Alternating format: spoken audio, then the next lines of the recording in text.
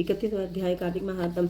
भगवान श्री कृष्णचंद्र जी महाराज ने कहा, पहले उज्जैन में एक महापापी और दुरात्मा धनेश्वर नामक ब्राह्मण रहता था। वह रस, चमड़ा और कंबल आदि का व्यापार करता था। वैश्यकामिता, मद्यपान आदि बुरे कर्म किया करता था। चूंकि वह दिन रात पाप में रत रहता था, इसलिए उस व्यापार के लिए नगर नगर घूमता था। वह एक दिन महिष्यमतीपुरी में जा पहुंचा। महिष्यमतीपुरी चूंकि राजा महिष ने बसाई थी, इसलिए बस राजा के नाम पर ही विख्यात थी। नगरी के पास ही पाप नाशिनी पुण्यकानी भगवती नर्मदा बहती थी। उस नदी के किनारे देश देशांतर से आए हुए यात्री कार्तिक व्रत करने के लिए कुछ दिनों के लिए ठहरा करते थे। उन कार्तिक व्रत करने वाले प्राणियों को वहां ठहरा देखकर वह दुष्ट धनेश्वर भी इधर उधर व्यापार करता हुआ एक मास के लिए वहां ठहर गया। अपने माल को बेचता हुआ वह नर्मदा नदी के तट पर घूमता हुआ ब्राह्मणों को देव पूजा में अक्सर लगा हुआ वह देखता कि कोई तो पुराण पढ़ रहा है, कोई सुन रहा है, कोई भगवत कीर्तन कर रहा है, कोई भजन सुन रहा है, कोई ध्यान में लीन है और कोई तुलसी की माला धारण किए हुए है। बस इसी तरह वह भगवत भक्तों के बीच में रहा और वैष्णवों के दर्शन करता रहा, उनके स्पर्श करता रहा, उनके वार्तालाप करता रहा और भगवान विष्णु के नाम स्मरण के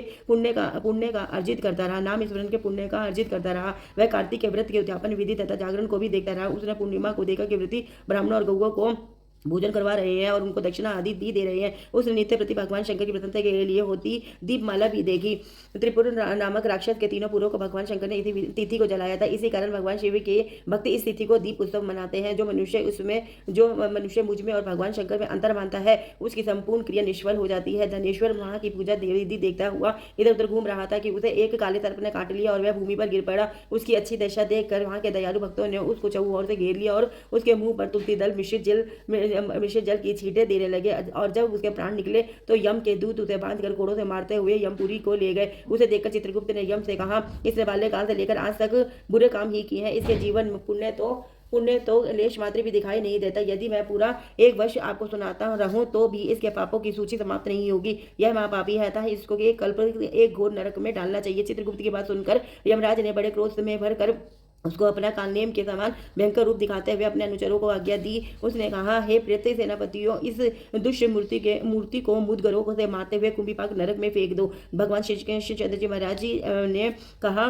यह सुनकर प्रेत सेनापति ने मुगदरों से उसका सिर तोड़ते हुए कुंभीपाक नरक में ले जाकर खोलते हुए तेल की कढ़ाई में छोड़ दिया। प्रेत सेनापतियों ने ज्यों ही उसे तेल की कढ़ाई में फेंका, त्यों ही लपलपाती हुई आग अपने आप ठंडी हो गई। जैसे कि प्रहलाद को अग्नि में डालने से वह अग्नि ठंडी हो गई थी। यह विचित्र घटना देखकर प्रेत सेनापतियों ने वे यमराज से पास जाकर सारा वृत्तांत कहा। यमराज भी सारा हाल सुनकर आश्चर्यचकित रह गए और धनेश्वर को अपने पास बुलाकर स्थिति पर विचार करने लगे। उसी समय नारायण नारायण का कीर्तन करते हुए देव ऋषि नारद भी वहां आ पहुंचे और यमराज से कहने लगे, हे अरुण नंदन यमराज, यह ब्राह्मण नरक में डाले जाने के योग्य नहीं है, क्योंकि इसने अंत समय में कुछ शुभ कर्म किए हैं जो कि नरक यात्रा को नष्ट करने वाले हैं। जो लोग भगवत भक्तों का दर्शन करते हैं, उनसे वार्तालाप करते हैं और उनका स्पर्श करते हैं, चाहे उन्होंने कोई पुण्य कर्म ना किया हो, सहज स्वर्ग के अधिकारी हो जाते हैं। अतः धनेश्वर भी पुण्यात्माओं के संग व स्पर्श से स्वर्ग का अधिकारी हो गया। अतः यह पुण्यात्मा है, इसे यक्ष योनि दो और केवल इसे पाप भोग करने वाले नरक दिखा दो। भगवान श्री कृष्णचंद्र जी महाराज ने कहा।